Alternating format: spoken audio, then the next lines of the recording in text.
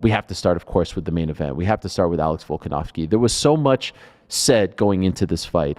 And I have to say, there have been times where I sit here on the Monday after a big fight and I say, I'm in awe of the person who wanted the main event. I am in awe of Alex Volkanovski for so many reasons, because it wasn't just about, the 35 and older club. And, the stats are a little bit wonky out there. Here's what we could tell you for sure. No one over the age of 35 has ever won a title fight in the UFC when the title fight was at 155, 145, 135, 125. It's 0 for 16, it's 0 for 17, it's 0 for 15, 14. Do you include the interims? Do you include the BMF? Here's what you need to know. No one has ever done it. This guy's about to turn 36. No one has ever done it. So that's point number one. Point number two, he's on a back-to-back losing streak. He had lost his last 2 fights in a row. All right, fine. Remember that. Point number three, he had not fought in a year. A little over a year. Point number four, he's fighting against a guy who is obviously younger than him, but is that damn good. Not just any guy who hits really hard, who's coming off an impressive win, a dominant win over a very good fighter in Brian Ortega. No easy task. But the thing that I feel like we don't talk about enough is Alex Volkanovski was not just on a 2-fight losing streak. He didn't just lose 2 close ones. He lost via knockout twice. You change as a fighter. How often do we see someone have a belt for a long time, get knocked out, and then thus begins the decline, especially when you're mid-30s and up? Oh, and then you look back, you're like, man, how did that happen? You look at BJ Penn. He loses that close one to Frankie Edgar. He's never able to get back to where he once was. Anderson Silva was never able to get back where he once was. It happens time and again. And sure, there are, there are examples of the opposite, but time and again, we have seen people in their mid to late 30s lose the belt, and then after a while, you look at the resume and they're like, where did that 4-5 fight losing streak come from? And Volk was en route to going down that path. Looked to be in amazing shape, looked to be, saying all the right things. I love how self-aware he is afterwards, talking about the fact that, like, hey, I was saying to myself, I need to do this for my daughters. I need to bring the belt home for my daughters. And then right before the fight, he said in the post-fight press conference, you know what? I'm not going to think like that anymore. I just need to show them that I can come back. I just need to show them that you can fall, you could trip, you could be down and out, but then you can work your way back up. And he did that. From the moment he stepped in the ring, he did that, regardless of the result. He has nothing left to prove to anyone. But he wanted to prove that he wasn't the guy who lost to Islam in October of 23, the guy who lost to Ilya. The only thing that could have made this story better was if he fought Ilya. For Volk, that is. But other than that, it's one of the greatest things that we have ever seen in the UFC. There have been some great moments. Randy Couture coming back to beat Tim Sylvia. George St. Pierre coming back to beat Michael Bisping. Guys have been out for a long time. But though, you could count those moments on one hand. Alex Volkanovski and what he did on Saturday is truly one of the greatest, most impressive, one of the most inspiring feats that we've ever seen in the UFC. We don't talk about this man enough. And this was a guy who early on in his career was just kind of there, had a bit of a vanilla personality, wasn't connecting with the audience. Is he truly as good as he thinks he is? Is he truly going to be one of the greats? Is he someone that they can build around? Is he someone that could headline? Is he someone that could take the UFC back to Australia? And what I loved so much about his story was he forced their hand. He wanted to be the backup fighter at 145. He goes to Edmonton. He wants to be the backup fighter at 155. He goes to Abu Dhabi. He always bet on himself. He always ignored the noise. He always made things happen. Impressive. Beyond impressive. Sometimes the internet is gonna get a little wonky here. I'm on Wi-Fi. We're okay though, right? I'm looking at myself. We're okay. Everything's good. Yeah. We work through the kinks. I mean, I could see myself, so you don't have to do the everything is good thing. So it's tough. Oh, man, it's good. I thought you developed a speech impediment. Well, no, don't do this. It's good bullshit. Good. I hate when you guys do that. Wait, you just heard that? It's just good? I said that like 15 seconds ago. Oh, no. Wait, by the way, why are the words not matching your mouth right now? Oh, Lord. They're matching on our end. No, I'm kidding. I'm kidding. I see. You can do it. I can do it too. Have to yell. Okay, sorry about that. It's, we're working through the kinks. Anyways, blown away by what he did. And before the fight, you'll recall that he said to us, I'm gonna win this fight. I'm gonna fight Movsar 3 months later, and I'm gonna be an active champion again. Well, it seems like I was talking to his manager yesterday. He's got to check out his hand. Is it broken? He had a ton of stitches. I don't know if it's going to actually pan out that way. I don't know if it's going to be as quick of a turnaround as he wants. But it's a really great story. And the beauty of it all is Diego Lopez will be back. Diego Lopez is one of the most inspiring stories in his own right. If you know about his backstory in Brazil, in Mexico, did you guys see the scene of the people outside in his neighborhood watching him fight for the belt? Incredible stuff. Look at this. Look at this. I mean, how are you, Diego Lopez, and not watching this in the aftermath and just want to cry and hug all these people? Imagine having that kind of support in your hometown. I mean, I'm getting chills just looking at this. It's a beautiful thing. He fought valiantly. He never gave up. He was in there, had the knockdown in the second, won the fourth. In the end, I thought it was 4-1 for Alex Volkanovski. At best, or at worst, I should say, 3-2 for Diego Lopez. Excuse me, 3-2 for Volkanovski. At worst, at best, 4-1. He did win the fourth round. Nothing to be ashamed of. One of those situations where it feels like his stock went up. We say this all the time. He's now a big star in the UFC. He's beloved.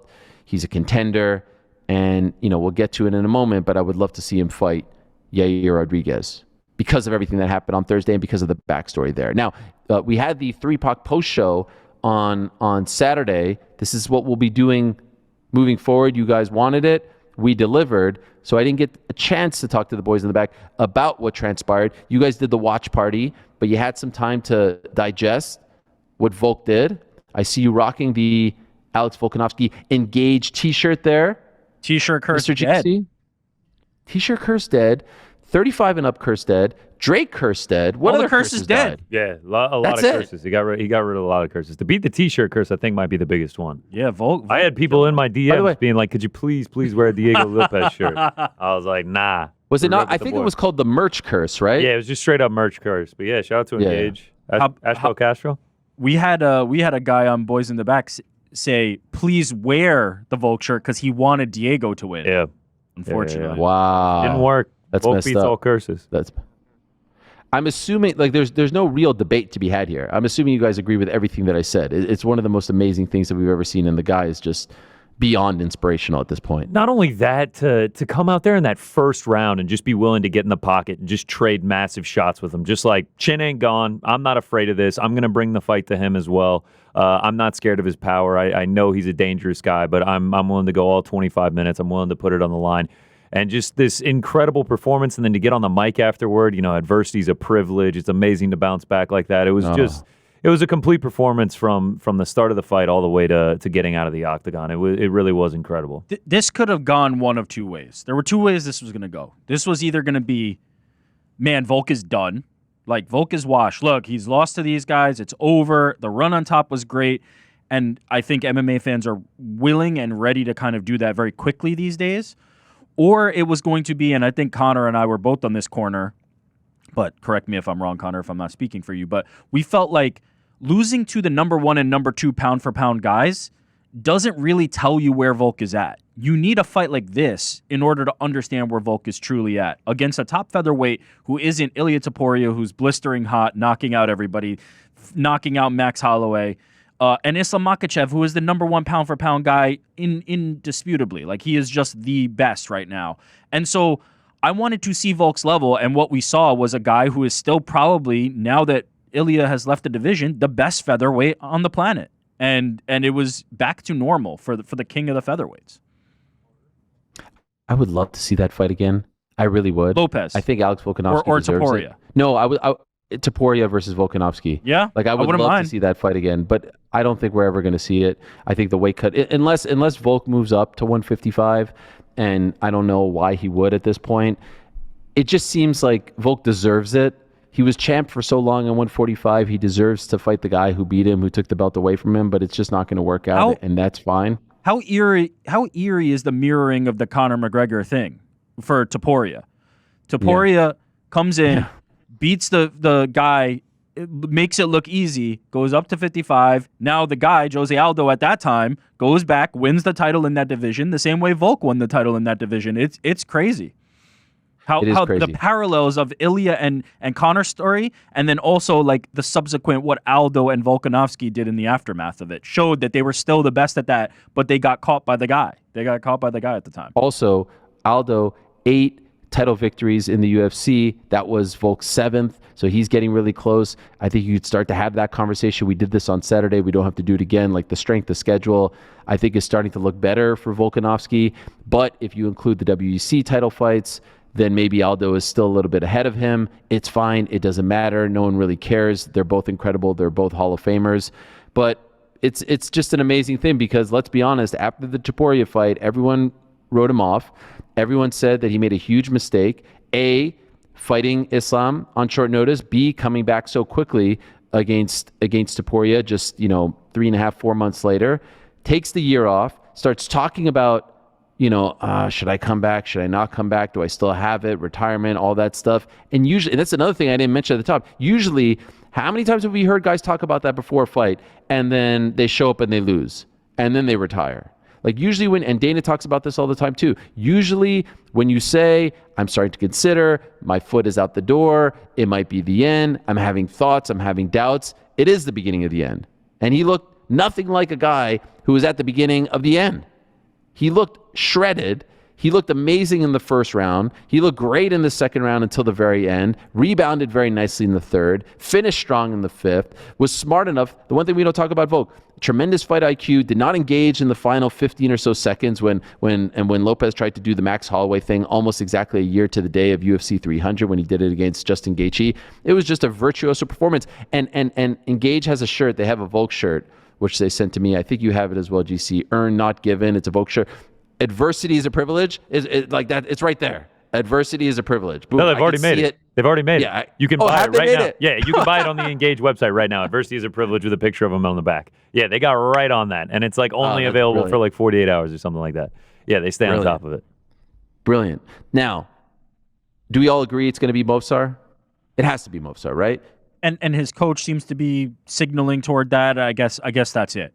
Feels like that's the one. I mean, he's on a 9-fight winning streak, albeit all by decision. But I think he's Yair is really pushing for this fight in Mexico. But I just don't think if he's already lost to Volk. He got finished by Volk. He's on a 1-fight winning streak. I think meritocracy needs to reign here, and you need to give it to Mo. Also, for what it's worth, Volk doesn't seem to want to wait till like a September range. I know. Anyway. I love it. He gets the belt back. He's like, I'm ready for July, October. Fighter of the year. Here I come. He's crazy. I mean, comeback fight of the year, no doubt, if it continues this way. No, it has to be Movsar. I said on Saturday I thought they were going to go back to Australia, but it sounds like it might be a fight night, not a pay-per-view, so that wouldn't make any sense. I don't think Volk needs to go to enemy territory if he wants to. God bless him. But, I mean, Movsar's right there. The winning streak speaks for itself. The wins, the people that he has beaten speak for themselves. That has to be the fight, and that's a tough matchup for Volk. But I think he's game. Like I don't think Movsar is going to beat him up on his feet. Obviously, in the grappling department and the wrestling department, he's incredible. He's relentless. He's very, very good. But I don't even know. Are there even odds for this? What are people saying? Are people saying that Movsar is going to steamroll him? You know what? Give me 2 seconds. I saw they did release hypothetical odds. I didn't see anything. I'm sure there are some people who think, but like this is an intriguing matchup. It's an intriguing matchup. If anybody thinks that he's going to get steamrolled by anybody at this point, minus 160 Volk. Yeah, Movsar plus 140. I'm cool with that. Diego Lopez minus 280. Yair Rodriguez plus 240. Really? Yeah. Interesting. I'm a little surprised. I think that's a great co-main for the Guadalajara card. It's the perfect co-main. Yeah. It's like beyond perfect. There's the whole history there. There's the backstory.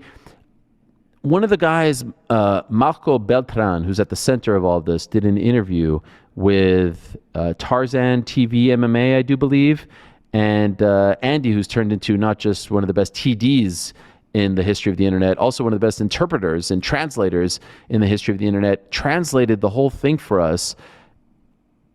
It's a little lengthy here. I could give you a bit of the backstory because, on Thursday, they had the back and forth at the presser. It was incredible stuff. Shout out to Fabiano, who did an amazing job of trying to translate everything that was going on. And it was wild stuff. But basically, as it has come out afterwards, it seems like, and correct me if I'm misinterpreting this, it seems like Yair is upset because he feels like Diego and another member of the team jumped Yair's teammate. And he also doesn't like the fact that he's representing, to a degree, Mexico while he's Brazilian and he's 100% Mexican. And there's a whole backstory there, which maybe at some point I can read through this because she did an incredible job of translating it all. But there's like a deep, deep tie, which they could tell in a countdown or an embedded. To your point, it's the perfect co-main for a Noche UFC because it like Mexico is a part of it. There are ties to Mexico. The country is a part of the storyline, which, what's better than that? It's Mexico versus Brazil, but obviously Lopez now has his roots in Mexico and has trained the likes of Alexa Grasso and the whole team over there, works as a trainer still till this day. So yeah, I would love to see that. And I think he'll be just fine. He has fought in 5-round fights before. I know the broadcast was saying otherwise. Obviously, this was his first big fight in the UFC on that type of stage, but Diego Lopez will be back, and he's a great story too, taking that fight on short notice against Movsar. Look how far he has come. I mean, the cardio looked great over the 5 rounds. A lot of people were worried he was going to fall off a cliff. And like he never gave up, like you said. At the end, he's calling Volk, like obviously trying to bait him into potentially getting a finish. But like he stayed moving forward the entire 25 minutes. I was very impressed with Diego as well. Okay, wait a second. We have some breaking news here, guys. Oh, I've seen something. Whoa. This is from editor-in-chief extraordinaire Shaheen Al-Shadi, who tells me that the uncrowned pound-for-pound rankings have just been released. Oh. And I'm looking at these very quickly. This has to be a mistake. Wow. There is no chance. Wow. There is no Alex Volkanovski in the top 10? Wait a second. 1 Islam. Makes sense to me. 2 Ilya. Yep. 3 Merab. Yep. 4 Alex Pantoja. Yep. Yeah. 5 DDP. Yep. 6 Tom Aspinall. Okay. Yep. 7 John Jones. All right. 8 Magomed Ankalaev. Yep. 9 Francis Ngannou. 10 Alex Pereira. No Volk? How is Volk not on there? Please explain. Wait, I'm seeing this. Did I not hear is Bilal Connor? on there? Bilal also not on there. Connor Yeah, see, put him that's at number crazy. 8. Eric and Pizzi left him off. I had Volk. He's not, I he's had not Volk top at 8. 10. Alex I had Volkanovski's Volk at not 8. top 10? Bilal's not on that list that you just mentioned? Magomed Ankalaev? No, Ankalaev is there. He's 8. Oh, sorry. He's 8. I don't have Alex Pereira or Francis on mine. Hamzat Chimaev not on there? Volk Not a champ. So, not a champ. What does that have to do with anything? This is pound for pound. This is I actually think Bilal not being on there is more How is egregious Bilal than not? Volk. He's a what champion would Volk with like do 12 to jump straight ones. Bilal?